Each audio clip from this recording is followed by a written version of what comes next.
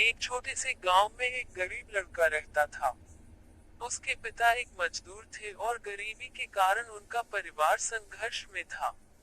लेकिन इस लड़के के अंदर आगे बढ़ने का जुनून था। एक दिन जब वह गांव के नदी किनारे घूम रहा था, तो उसने एक बच्चे को पत्थर से उड़ाते हुए देखा। लड़का चौंक गया और बच्चे के पास गया और पूछा, तुम क्या कर रहे हो? बच्चा मुस्कुराते हुए बोला, मैं एक राजा बनने के लिए यह पत्थर उड़ाने की कोशिश कर रहा हूँ।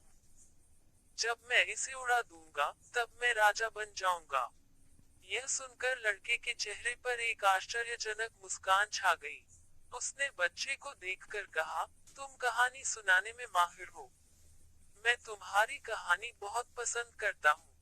बच्चा मुस्कुराते हुए बोला, धन्यवाद भैया।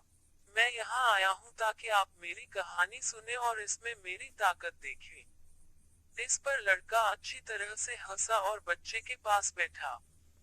बच्चा शुरू कर दिया। एक बार की बात है, एक गांव में एक छोटे से लड़के का जन्म हुआ। उसके घर में सभी लोग उसे नास्तिक कहकर बुलाते थे। लड़का ने हमेशा यह सुनकर रोते थे, लेकिन एक दिन उन्होंने तय किया कि वह खुद को साबित करेंगे।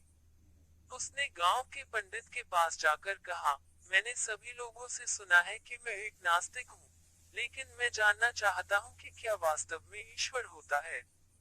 पंडित ने उसे एक कठोर परीक्षा देने का निर्देश दिया।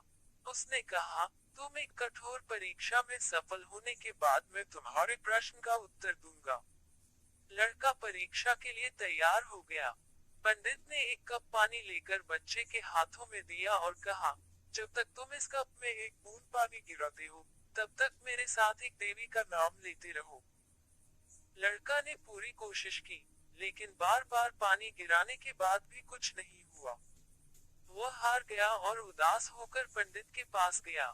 लड़का रोते हुए कहा, मुझसे यह काम नहीं होगा, क्योंकि मैं एक नास्तिक हूँ। पंडित हंसे और बच्चे को गले लगाया, तुम्हारी परीक्षा अभी शेष है, क्योंकि जब तुम पानी गिराने के बाद बार बार प्रयास करते हो, तब तुम ईश्वर को ढूंढने के बजाय खुद को खोज रहे हो। लड़का समझ गया कि जीवन में धार्मिकता की खोज में ज्ञान मिलता है। उसने फिर से प्रयास किया और एक बूंद पानी गिराने में सफल हुआ। उसे एक आभारी मनोभाव से नाम लेते हुए बच्चा ने कहा, अब मैं ईश्वर को नहीं खोज रहा हूँ, क्योंकि मैं अपनी आंतरिक शक्ति को पहचाना है। यह कहानी हमें यह सिखाती है कि सच्ची धार्मिकता व्यक्ति के अंतर्मन की खोज है। जब हम अपनी आंतरिक शक्ति को पहचानते हैं, तब हम जीवन को एक नई दृष्टि से देखते हैं और सभी बाधाओं को पार करके सफलता की ऊंचाइयों को छू सकते हैं।